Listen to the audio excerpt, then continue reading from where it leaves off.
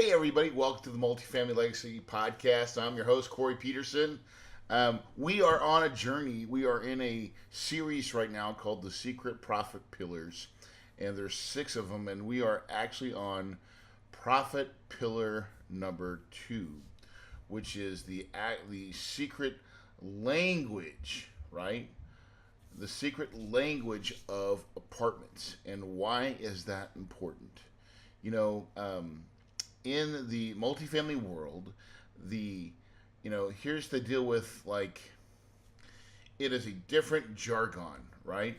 And it's totally different from single family fix and flips. And so the need and the ability to learn and understand the language of how brokers talk, how the industry talks as a whole will make you feel and sound and look credible. And really that's what it comes down to, is that when you're talking with brokers, with lenders, with banks, you want to appear and look confident that you know your stuff, right? And so that takes it really just takes, you got to understand what the language is. So I'm going to help, and I'm going to give we'll talk about the language in detail, and really just kind of go over some best case practices, and really just some straight up, like, here's what the words are and here's what they mean.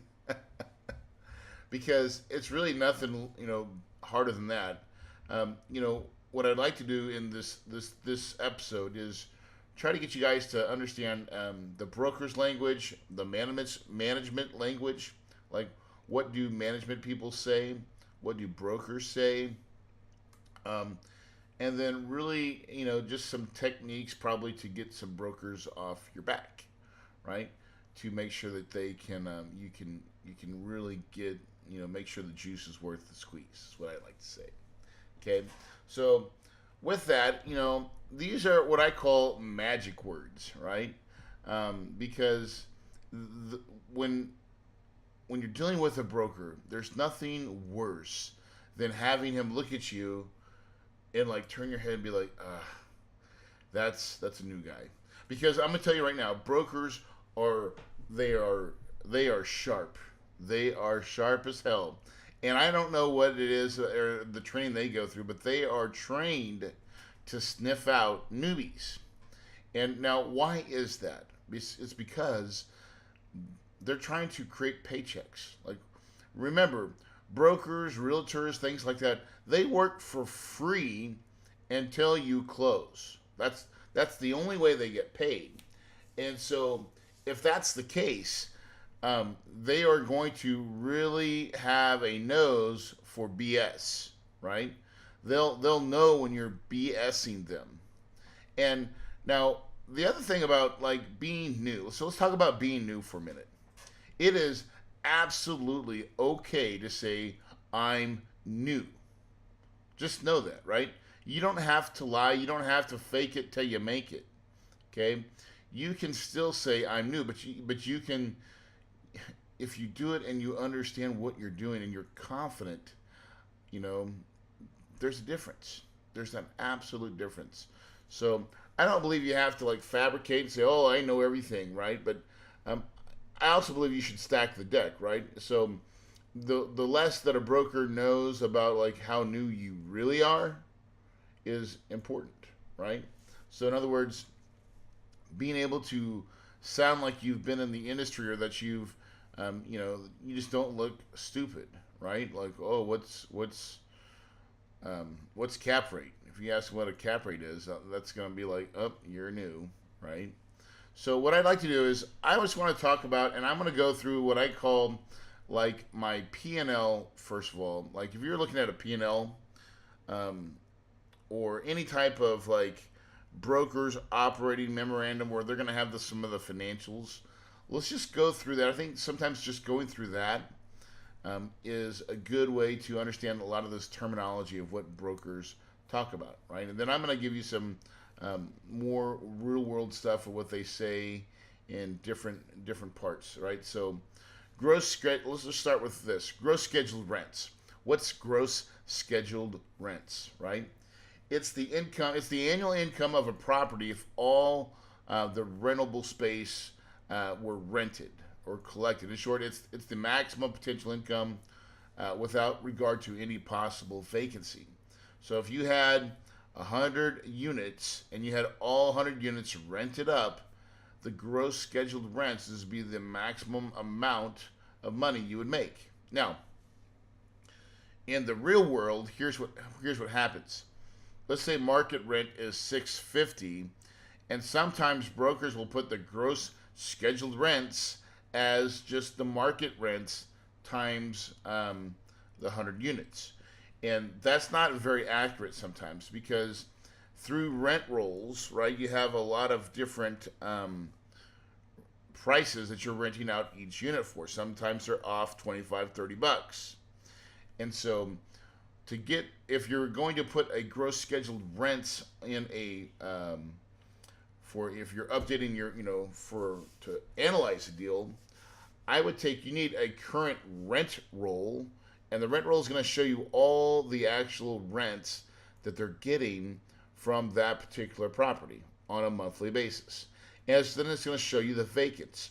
And on the vacants, you can assess the current market rents. But all the other properties, all the other units, you're going to use what they actually have in their lease as their income, right? So hopefully that makes sense, because that can be a big misrepresentation where, a broker will put together on an operating packet, say, hey, it's, the market rents are 650 and times 100, whatever units you have, 120, 100, we'll call it 100 for easy math. And then there's only maybe, 10 vacants. So it's 90% occupied. But they're saying that, all the rents are 650 when in fact, most of the rents are 6.25. Right? And so they'll make a big discrepancy in their amount of potential income that they're making. So you have to be really careful when brokers use this scheduled rents. Is it really from the rent roll? Is it just the number they're putting out? So you will have to verify that number. So vacancy is pretty simple. That represents the amount of income loss from units that are vacant. Pretty self-explanatory. Concessions. This is a word. Hey, I got a concession. What is that? Right? A concession is usually when you are comping a unit. So in other words, you say, hey, it's a 12-month lease, but you get 1 month for free. That's a concession. And then a credit loss. So credit loss is a non-paying tenant. So those are types of things that you would deduct from your after your income. You're going to take that money away. RUBS. This is something. What's a RUBS? Well, RUBS is a residential utility bill-back system. And when we have RUBS, and this is used a lot with brokers, you say, hey, are they getting any RUBS currently? And brokers will understand what RUBS are. It's a residential utility bill-back system. And that's the income received from billing back a portion of the water or sewer or trash. Most properties are master billed for their water, sewer, and trash, but every tenant uses some of that. So one of the easiest ways to make some extra additional income is to install and start a RUBS program. We do that on almost every property. And that's simply by saying, hey, the rent's $650, and there's a $15 water, sewer, trash RUBS bill, right? And most people are like, okay, and they'll just pay it. And so there's like a $15 rent bump by doing nothing but saying, hey, prices, utilities, you use them, and we're going to charge you back for it. Well, that's easy, right? And then we have total income. Total income is pretty simple. We'll talk about, let me see here. Talk about CapEx. So what is CapEx? So CapEx is one of those words that it gets slung around, and some people are like, what? Sometimes it's called capital improvement. And what that is, this is what we call in the single family world, we call it rehab money, right? How much rehab do you have on that property? What's your rehab dollars? In the commercial world, we call it CapEx, capital improvements, right? Um, and a lot of times when we're talking CapEx with multifamily, we are a lot of times we talk about a cost per door, right? So when you're talking to a broker and you're saying, "Hey, listen, I'm trying to dial in," and I love this word dial in. I'm trying to dial in my capex per door. What do you think it's going? What do you think it's going to run? Those are good questions to ask the broker. What do you think the capex per door is going to run to bring this property up to the standard needed, right? And it could be between 2,000, 2,500, $3,000 a door. It depends on how much work is needed. And normally, that's when we are underwriting. When I'm underwriting on costs per door, right? So we'll put in a number based on our experience of how much money we think needs to be set aside for this property. Now we like to do it two different ways. We first eyeball it and say, hey, here's the cost per door, and then we actually, when we're in our due diligence, we get actual real bids and come up and say, are we right? Do we need to add more per door? Do we need to can we subtract less? And we're going to try to dial it in, right? Now you also have the bank also has capex reserves. So what's that, right? Well, that's the amount of money that the bank requires you to hold back for capital improvements. Now, this one, a lot of people don't they forget about this, but this happens with every property, and every bank is going to assess your property different, and they're going to tell you how much the reserves are, and they'll give you it in a yearly amount, and then they will deduct automatically from your payment monthly, right? And so you are basically holding back money or profit from your property every month, and it goes into this escrow account at the bank. Now, the good news on that is that the bank will actually allow you to get that money back, and normally you have to put in a request, and we usually request that money once a quarter, right? So we'll look at all the capex that we spent, we request it from the lender will then in turn send us money back, we put it in the bank, and it works really, really, really well, right? But you have to ask for it. You will not get it if you don't ask. So this is one of those things you got to stay on top of your management companies. It should be pretty much a process every quarter, right?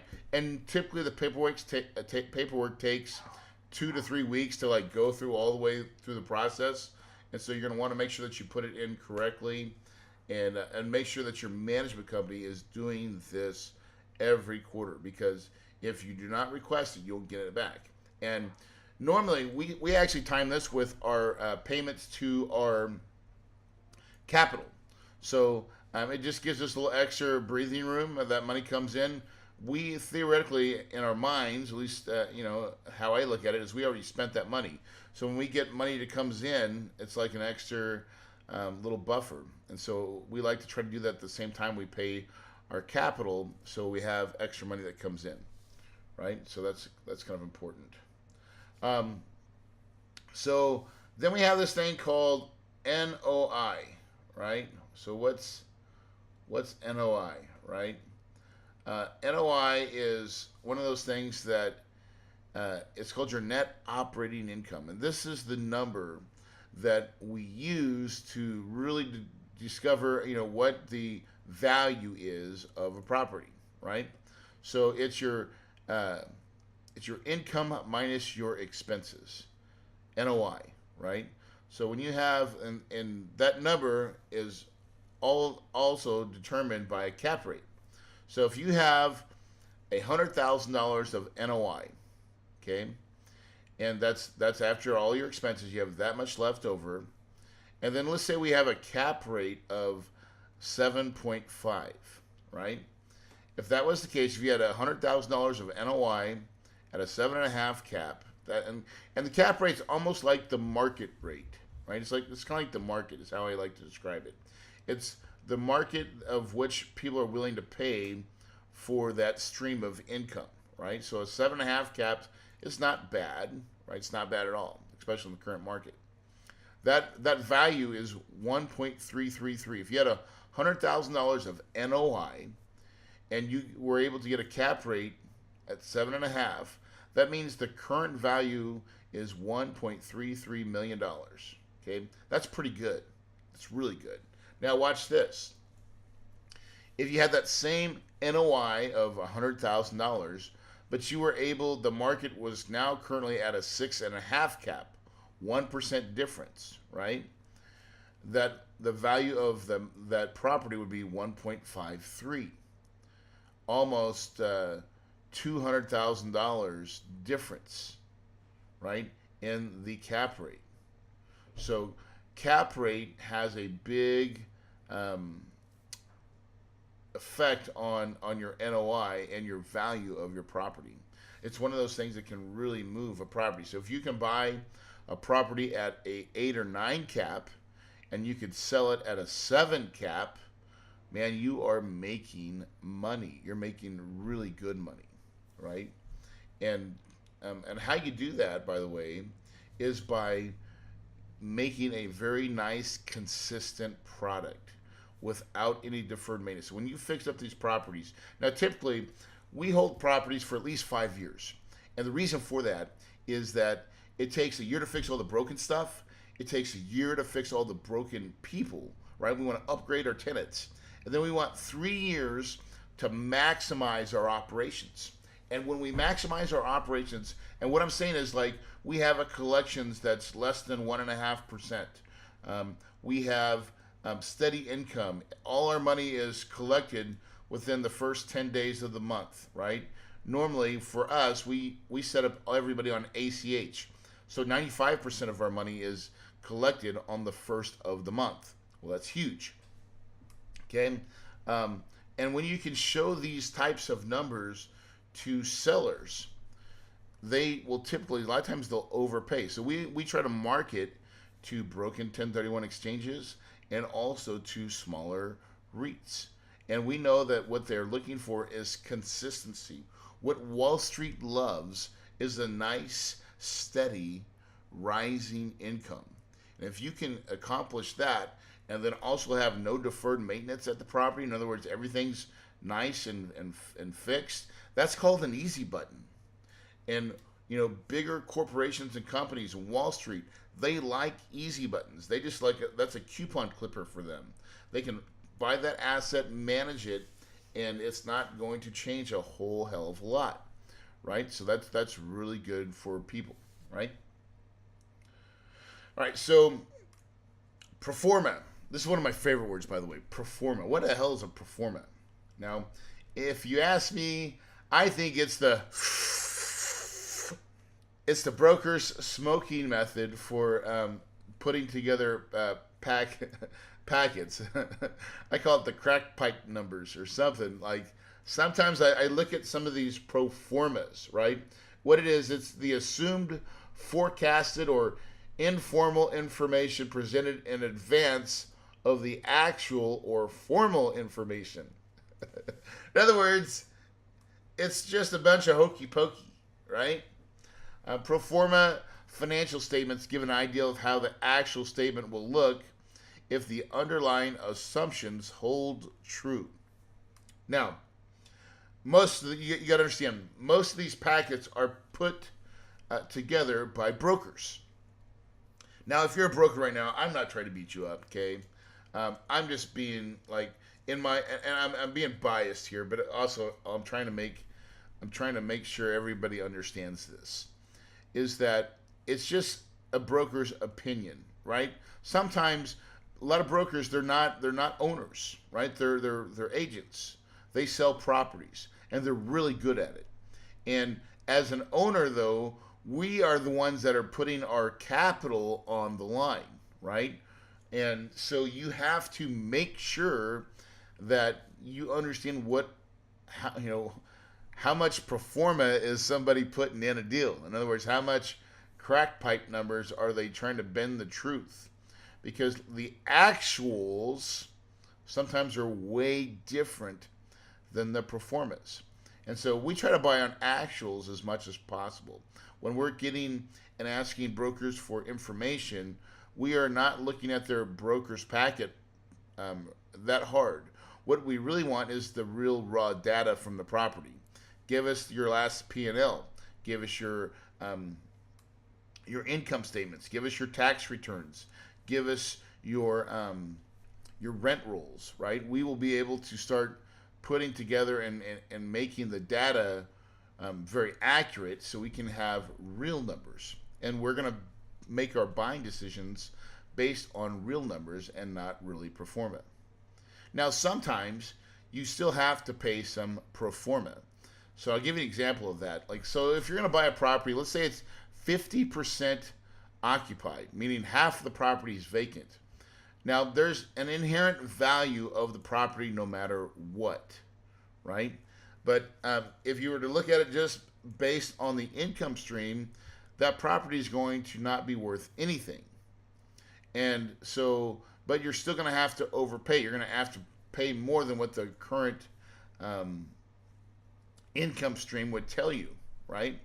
And so you're going to have to pay some pro forma, right? And now the trick is not to pay too much, right? Because if you can take that property from 50% to 95 or 92 or 93 or somewhere in the 90s, well, you can make a whole hell of a lot of money by doing that, right? Unless you overpay, unless you pay too much of the pro forma, right, of what it could be, right? So another thing, OM. So what is an OM, right? You hear this? Hey, do you have an OM on that? Talk to a broker. Can you send me your OM on this? An OM is short or code for an operating memorandum, right? It's a sales brochure that brokers usually prepare to sell commercial property. Okay, so that's an OM, and most brokers will have it put together when they go out and list a property. Okay. Hopefully I don't want to try to bore you guys here, so I know I feel like I'm just going through the words that I have on my screen to keep me on track, but I mean, these are things that we have to know. And, uh, it's not always the funnest thing to learn about, but you need to know and have an idea of these words, okay? An acquisition fee. So what's an acquisition fee? Ac fee, right? Now, I love this one here, so listen to this. This is the fee sponsors, people like me and people like you, take for putting a deal together. And it's normally between 3 and 5% of a purchase price. Wow. So you're telling me if I bought a $10 million deal and I was able to get a 4% acquisition fee, I can make $400K? Hell yeah, that's what I'm saying. That's what I'm saying. that's big money, right? That's huge. I mean, think about this. One deal. I mean, if you were able to pull down one deal, a $10 million deal, and raise the capital for it, it could pay you a potential $400,000. Wow, that is crazy. Okay. Um, Call to offers, right? Um, what is a call to offers? A call to offers is normally, right, the deadline date for offers to be made on a property. Um, this is and normally, so like a broker lists a property and he'll say, hey, we have a call for offers on February 20th at Friday at 5 p.m. That's the call to offers, and meaning that he wants to have all his offers in by then. If you're going to make an offer on the property, you need to have it in to the brokers by the call for offers date. Okay. And then they also have this thing called best and final, or final and best and final. And so usually when you put in your offer, what you're trying to do with the broker is saying, hey, listen, I want to make sure I make it to the best and final round. Best and final round, right?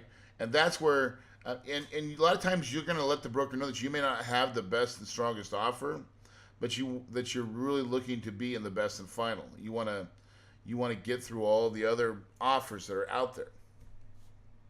And so that's very important. One of the ways you do that, by the way, is This is a little magic word here called, you're going to call the broker on the day that the call to offers is that morning, and you're going to ask him for pricing guidance. Pricing guidance. Pricing guidance is a magical thing, right? Because you're basically asking him to, hey, how does this thing work? I want to make sure that I get into the best and final. You know, with this offer, do you think I can make it to the best and final round? And then he's going to let you know, right? I mean, if he's the right kind of guy, if you have a relationship with a guy like I teach, then you're going to do really well, and you'll probably get that information, at least within a hot and cold range, right? Oh, you're pretty cold. Okay, well, how much money does it take to get hot, right? I mean, it's not that hard to figure out. Okay, all right. So let's talk about DCRs, right? What are DCRs? Okay, DCRs is your debt coverage ratio, right? It's a measure of the cash flow available to pay current debt obligations. So the ratio states net operating income as a multiple of debt obligations due within 1 year, okay, including interest, principal, and stuff like that, right?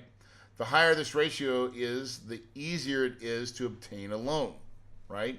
Most banks want at least a debt ratio of 1.25 or more, right? 1.25, meaning when you make money, right, you have to at least make 1.25 more of what your debt payment is, right?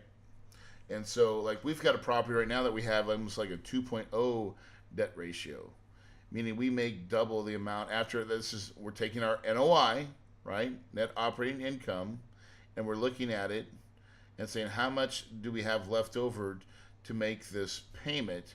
And we have double the amount. That's huge, by the way, huge, right? So that's pretty cool. Let's talk about a couple other things.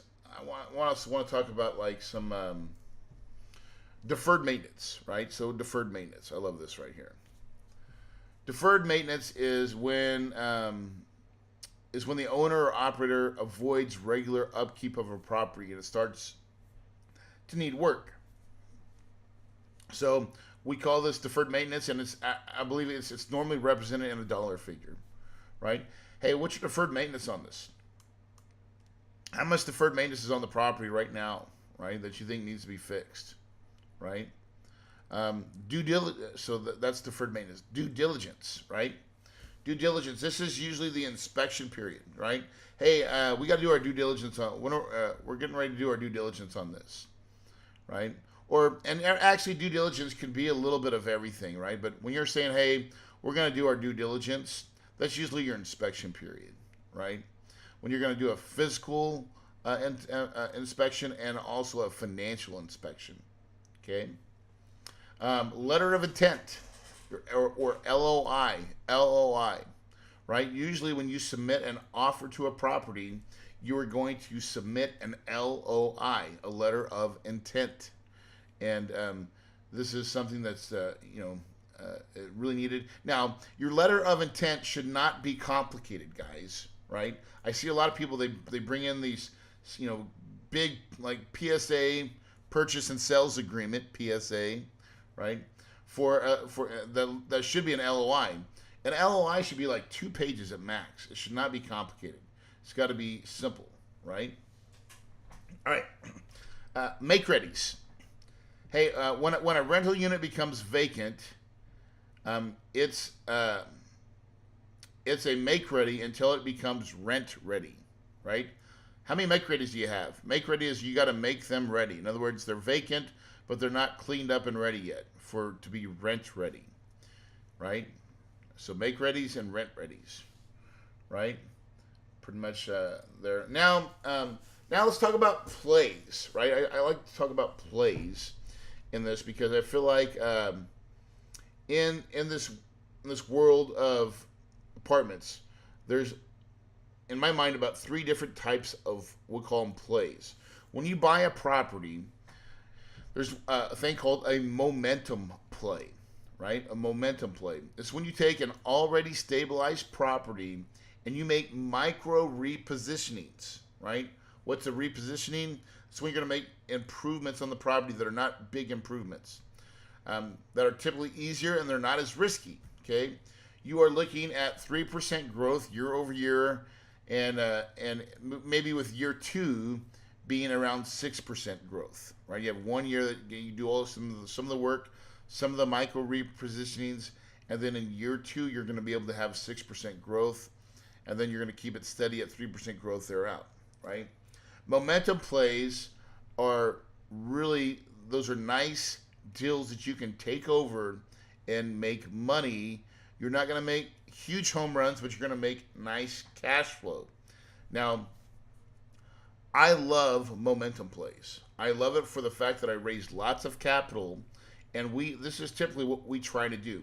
We try to take this with a momentum play, right? Where we're coming into a deal, it's making money, right?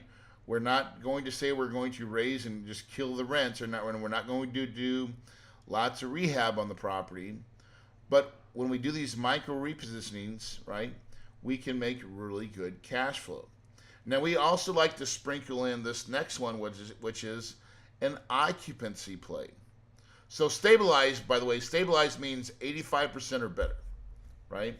So that's a momentum play. If you can find something that's already making money and it's stabilized at 85%, but 85% is low, and that's truly could be an occupancy play, right? Now, an occupancy play also could be put in when it's like 50% occupancy. So you have an occupancy play where you can go from 50 to 90. That's a huge increase in income when you fill it up, and you should get rewarded for that, right?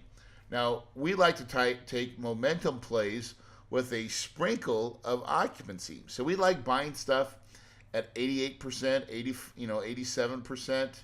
Those are really good deals for us they're already stabilized. 87% of the units are filled with paying tenants. Okay? All we have to do is be able to maximize operations, and typically in my company, most of our properties are running around 97%. Well, that's pretty good. And so when we keep at a high occupancy like that, and we can also have the momentum, that really is a nice little value add for us. By the way, value add is a way of talking about, their opportunity. What's the value add, right? Here. Well, if we can fix the occupancy and then we can keep the momentum going, that's what we're looking for, right? So occupancy is when a property has low occupancy. You can get paid a lot of money by filling it up with paying tenants. You want to buy a property based on NOI, but sometimes you will have to pay some pro forma. Okay? And then you have a repositioning play. This is when you have low occupancy, and it's typically you need to do a lot of rehab to bring the property to a new, fresh standard. This requires a lot of capex, and occupancy normally drops when you're doing this type of play, right? Because you're doing a lot of work on the property, you're kicking people out. Usually, this is a higher risk type of property. Normally, it takes about 2 years, right, for this to really pay off. So you take truly 1 year to fix all the broken stuff, and the next year you're really trying to fill it up, and this has potentials for huge payouts, but it's risky at peak markets. So we are currently not looking for big repositioning plays currently, not in this market, right? We feel like we're too high at the top, right? We'll take momentum plays and occupancy plays all day long, but we're really not so really looking into what's going on with the repositioning scene, right? It doesn't help our case much, right? With that said, so hopefully those words, right, are helping you right now. It's not easy to learn all this in one, and this is just a podcast. It's hard to give everything that I know in a podcast. I'm trying, right? I'm just going through some of the words that I'm looking on my screen right now, trying to make sure that you're familiar with these terms. Um, it's the terms that really um, drive stuff, but it's really about relationships. You know, you can get screwed up with the terms. You can say the wrong things, and that's okay. I want you to let you know, like, we're all human. Brokers put on their pants just like we do, right? And so don't get like all consumed up with terms. But when you can understand the terms, you start learning the terminology of multifamily. It does make a difference. It really does. It allows you to have confidence. And when you're dealing with multifamily, it's really the confidence factor that gives you the edge, right? When you can tell a broker, listen, we want to close. We have a good group put together. We are here to buy something. Um, and it really can overcome a lot of the craziness that happens in this multifamily world. So, guys, hey, I want to thank you for your time again. This was a tough one, right? Vocabulary is not my favorite thing to teach. I don't always get super jazzed about vocabulary, right? But I know that it has to be said. It has to be talked about because it really is important when talking with brokers, right? It just is. It has to be something that you can grab a hold of and master. And when you master it, man, things really start to change. Brokers will start to look at you differently because you are becoming a master of the verbiage, right? So I challenge you to go out there and learn about multifamily. If you've not gotten my book, if you've not read my book, you need to go to whytherichgetricher.net and go get my book. It's free. You just gotta pay a little shipping cost. I think it's $7.95. But I would love for you guys to get my book and read about it. I've put a lot of good nuggets in that book. So take me up on that offer. Also, coming up, so next week, this is going to be a really fun one. This is going to be the secrets of analyzing fat deals. So we're going to go through my cash flow calculator. I'm going to talk to like what you guys should be doing when you're analyzing deals, how to analyze deals correctly, some of the mistakes that most rookie investors make when analyzing deals. So you're not going to want to miss that podcast. Stick around. Guys, if you believe it, you can achieve it. Your paradise is possible.